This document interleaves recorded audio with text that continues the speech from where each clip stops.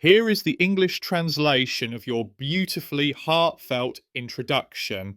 It's rendered in a gentle, thoughtful, and emotionally resonant tone, just like a motivational expert would speak on camera to an American audience. There are moments in life when we don't need to say a single word, because silence becomes the most powerful language of all.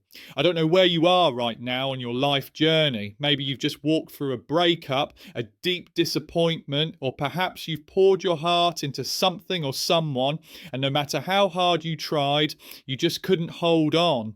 And you know what? Sometimes letting go isn't a sign of weakness, it's the bravest thing you can do for yourself. I want you to pause just for a moment and ask yourself, have I ever gone silent, not because I had nothing to say, but because I realised there was nothing left worth saying? I once worked with a client. She was a teacher, 42 years old, and a single mother. For years, she had stayed in an exhausting relationship with someone who only noticed her when he needed something. He was never truly present when she needed a shoulder to lean on. She told me I used to believe that if I just loved him enough, if I just tried a little harder, he would change. But I was wrong. Every unanswered message, every time I had to guess his mood, I was losing pieces of myself just trying to keep him. And then one day, she chose silence, not out of anger, but because her mind and heart were too tired to respond anymore. Have you ever felt that way? Like you've given too much to people who only remember you when it benefits them? You know what's strange? We often believe that loving someone deeply is enough, that if we love hard, we'll be loved in return. But eventually you realise love alone can't sustain a relationship without mutual respect. I once asked a client this question: what are you trying to save, the relationship itself or the ideal version of them you've created in your mind? She went silent, because the truth is sometimes we're not holding on to the person, we're holding on to the hope that they'll change. We're clinging to potential, not reality.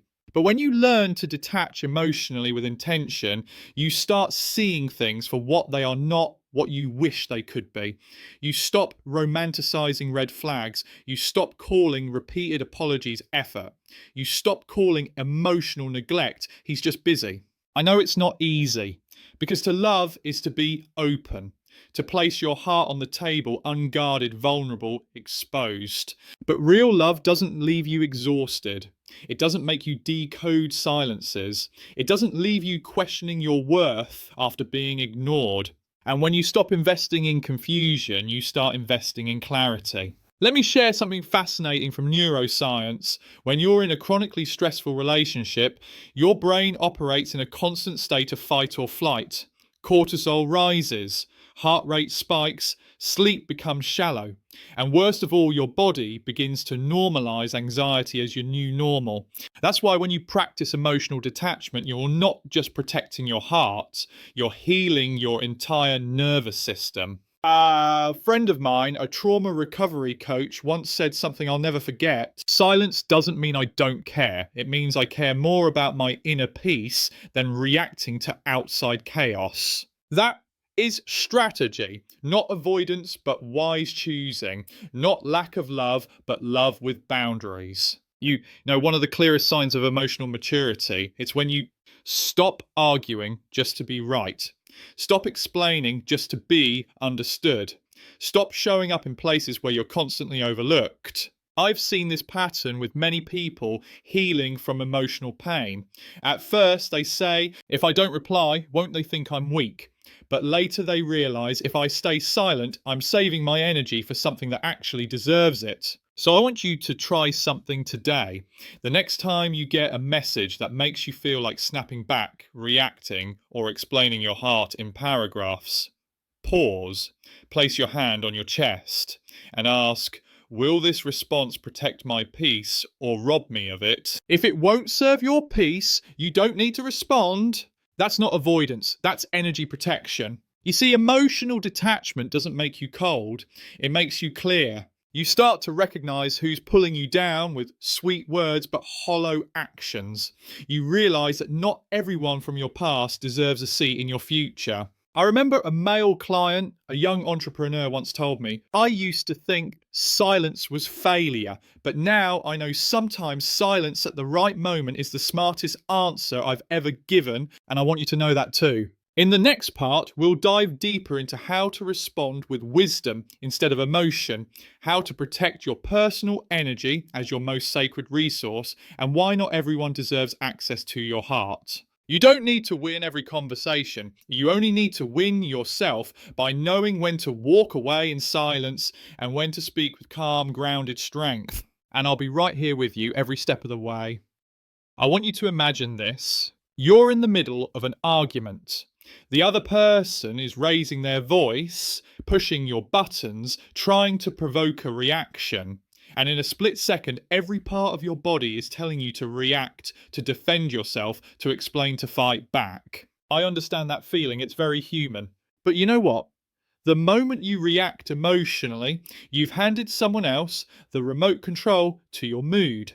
Have you ever felt this way? A single comment ruins your entire day. A dismissive glance leaves you overthinking for hours.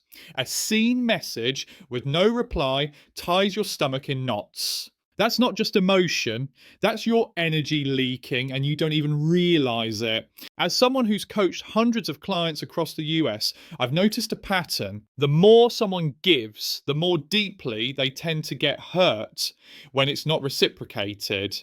They don't react out of weakness, they react out of exhaustion. They're tired of always being the strong one, while silently falling apart inside. So how do you protect yourself without becoming cold, distant, or numb? You shift from reacting to responding, from anger to strategy, from impulse to awareness. I once told a friend who was struggling in a conflict-filled marriage, you don't always have to reply right away. Pause, take a breath, and ask yourself, is this answer coming from love or from fear? And that moment, that pause, is when you take your power back. Strategic response doesn't mean staying silent all the time. It means you know when to speak and what to say that actually serves your growth. You begin to realize not every argument is worth winning. Not every insult deserves a reaction.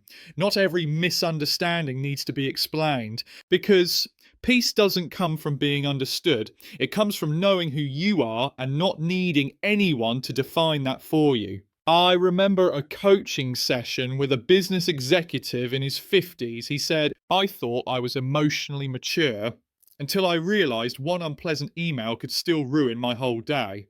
We didn't start with negotiation tactics. We started with something deeper. Managing energy and re-evaluating where he was spending his attention. Because here's the thing, attention is emotional currency. So ask yourself, where are you spending it each day? Pointless conversation, people who only call when they need something, replay loops of guilt after a careless comment from someone emotionally unavailable. I'm not saying be heartless, I'm saying protecting your energy isn't selfish, it's survival. You can't keep funding the emotions of people who only withdraw and never deposit. You can't keep being the flame for places that let you burn alone. At some point, you have to place your hand on your heart and ask, am I reacting because I want to be loved, or am I responding to preserve my peace? When you start responding strategically, you no longer need to shout to be heard.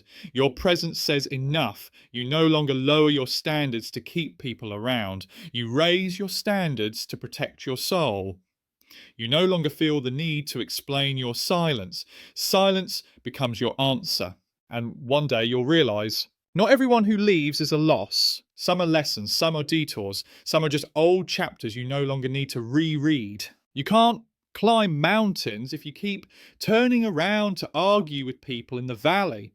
You can't heal if you keep reopening the wound every time someone knocks. You can't grow if you react to every gust of wind. Wind doesn't shake trees with deep roots. So let strategy become your quiet power. Let inner peace guide your words, your choices, your connections. And above all, Remember this. You're not heartless. You're evolving. You're not cold. You're becoming clear. You're not detached. You're healing. If you're still here listening, reflecting, then I believe you're ready to step into a new version of yourself. One that doesn't need to prove, react, or please, but stands whole, wise, and rooted in calm. In the next part, I'll share how to reinvest your energy, how to redirect your love time and attention into the things that actually nourish you. And most importantly, how to shed who you used to be without losing your heart in the process. Let me know when you're ready. I'll be right here with you. Reinvesting your energy and building a life that nourishes you. I want you to imagine something.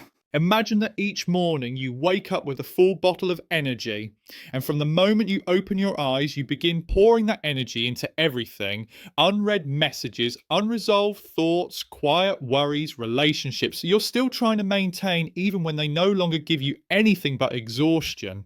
By midday, your bottle is already half empty, and by evening, it feels like there's not a single drop left for yourself. Have you ever felt that way, drained, but not sure why? I once asked one of my clients, a manager and mother of 2 young children, what part of your day feels the most exhausting? She said, it's the conversations where I have to stay polite, even though I know they're not genuine.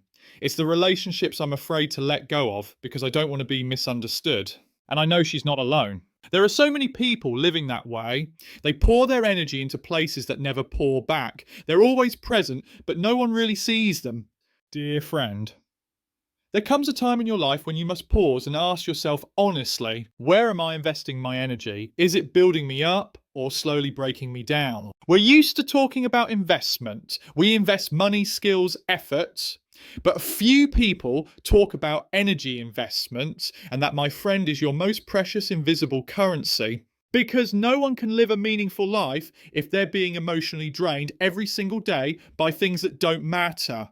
When you start managing your energy the way you manage your bank account, you'll begin to see a shallow conversation equals 10 units, a hopeful text left on scene equals 15 units, a one-sided relationship equals hundreds of units lost every month. And then you wonder, why am I always so exhausted? So let's start small. Set boundaries, kindly, firmly, without over-explaining. For example, don't reply to texts immediately, especially if they make you feel anxious. Don't agree to meet someone just because you're afraid they'll be disappointed. Don't force yourself to maintain connections that shrink you every time you're near them. You know what? Not every invitation is an opportunity. Not every relative is a safe place. Not everyone you once loved deserves a role in the next chapter of your life. And setting boundaries doesn't make you cold. It makes you clear, aware, and strong enough to choose better. There's a quote I kept taped to my desk for years. You don't rise by giving more. You rise by giving better. Are you giving to the right places? Your love, your care, your patience. Are they watering something that grows in gratitude, or pouring endlessly into a bottomless pit? I remember a middle-aged woman once shared this with me. I was married for 20 years, but one day I realised I didn't love the man as he was. I loved the potential of who I hoped he'd become, and in doing so she had poured years of energy into something that wasn't real. Are you pouring yourself into something that isn't real? A friendship that only exists because you keep it alive? A family dynamic that expects you to keep sacrificing without ever asking how you're doing? A job title that looks impressive on paper, but leaves you feeling empty inside? Don't wait until you're completely burned out to learn how to pull back. You can start today with one simple step. Listen to your inner voice and protect what it's asking you to protect. When you reinvest your energy with intention, you begin to feel joy again, the simple kind. You no longer feel guilty for saying no. You stop apologizing for putting yourself first. Because now you understand, not every presence is love, and not every sacrifice is noble. I want you to live like someone who knows how valuable they are, someone who doesn't need to be chosen to feel worthy, someone who doesn't need to chase to prove they matter. Because real value doesn't come from other people's reaction, it comes from the way you treat yourself. In the next part, I'll talk about something incredibly important: how to transform past pain into a new foundation, how to not just let go but to build again with safety, maturity, and deep self respect. Let me know when you're ready. Your next chapter is waiting.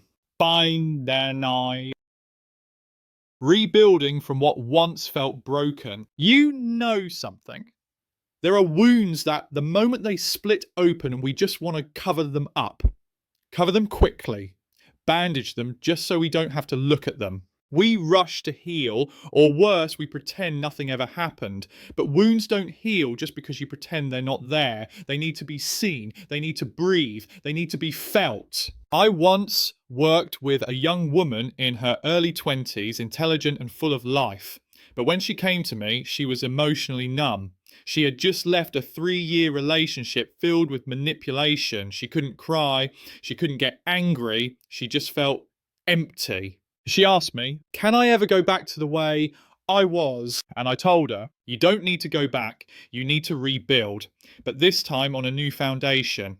Have you ever felt that way? Like after a heartbreak, a failed relationship, a collapse in trust, a shattering of self-belief, you didn't even know where to begin again. I understand, because sometimes the most painful part isn't losing them, it's losing yourself in the process of trying to keep them. So, what do we do when everything seems to fall apart? We don't try to tape the old pieces together to become who we used to be. We learn to build something new, deeper, stronger. And that foundation begins with 3 honest questions. What did I learn from this pain? What must I let go of to never repeat it? Who do I want to become from here? I often tell my clients, not all pain is a curse. Some pain, if you're brave enough to face it, becomes your beginning. Just like tall buildings aren't built on the surface, they're anchored deep below. The higher you want to rise, the deeper your foundation must be. And sometimes life digs you down by taking away the things you clung to. But you know what? It's in that depth where your height is born. I have a friend who once lost everything in a bankruptcy, his finances, his job, his reputation. But from that lowest place, he rebuilt not through revenge or ego, but by reconnecting to what in him was real and releasing what was just a mask. Today, he lives simply, present at every breakfast, at peace in every morning, no longer chasing. He once told me, I lost everything others admired to finally find what made me respect myself. Dear friend, rebuilding doesn't start with a grand plan.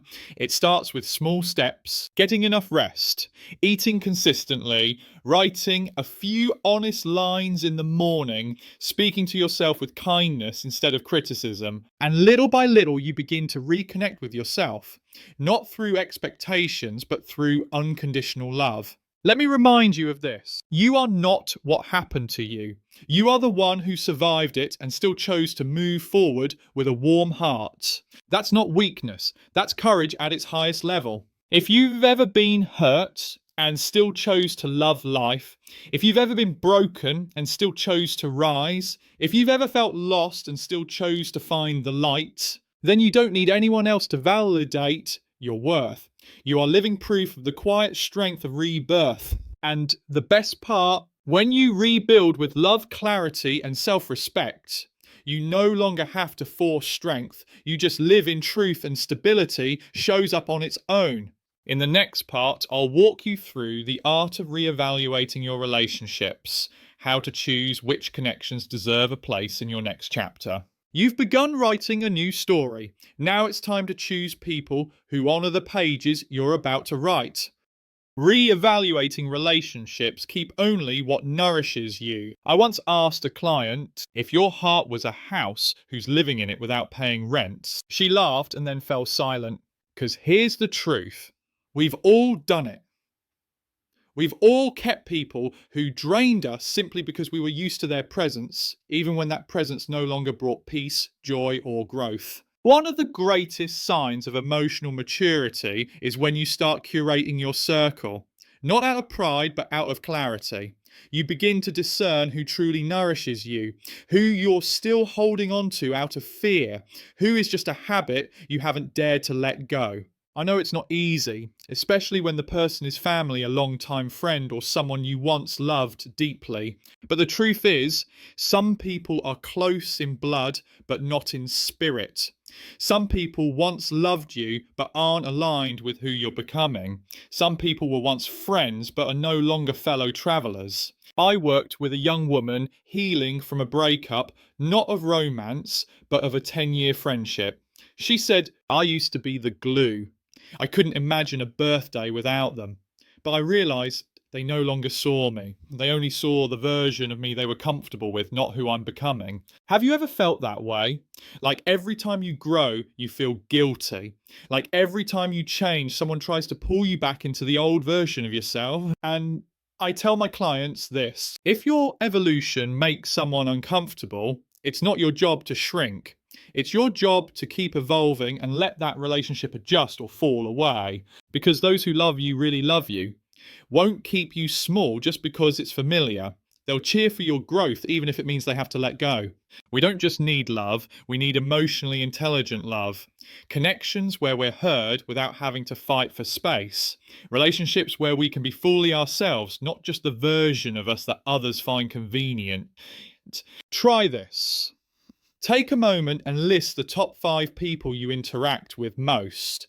Then ask yourself, after each name, do I feel uplifted after being with this person or diminished? No judgment, just be honest with your nervous system. Because often your body knows what your heart is trying to ignore. A clear sign of a healthy relationship: you feel lighter after, not heavier, more energized, not depleted, more seen, not invisible. One male client once told me, I don't need someone who makes me laugh every day. I need people who don't make me feel ashamed when I fall. And I think that might just be the most beautiful definition of companionship I've ever heard. Remember, just because someone's been around for a long time doesn't mean they truly know you. Just because you were close doesn't mean you need to stay close. And just because someone leaves doesn't mean it's a loss. Some people leave to make space for those who are more aligned with where you're going. And some, well, you'll have to let them go with love, even if they're still physically present. I know you have a big heart. You're kind, you value history, you want to hold on. But hear this: holding on to what once nourished you, when it now drains you, is not loyalty, it's self-abandonment. Give yourself permission to redraw the boundaries. Say no without guilt. Pause a relationship if your healing depends on it. Because you deserve people who respect your space. Listen without interrupting. Stay without requiring you to perform. In the next part, I'll share with you the art of slowing down and how stillness can help you reconnect deeply with yourself, especially in a world that keeps asking you to do more, give more, be more. If you're ready, I'll write part 7 for you, the next step in this journey. Or if you'd prefer, I can compile all 6 parts into a full-length video script or ebook to inspire your audience in one cohesive flow. Just let me know which path you'd like to take.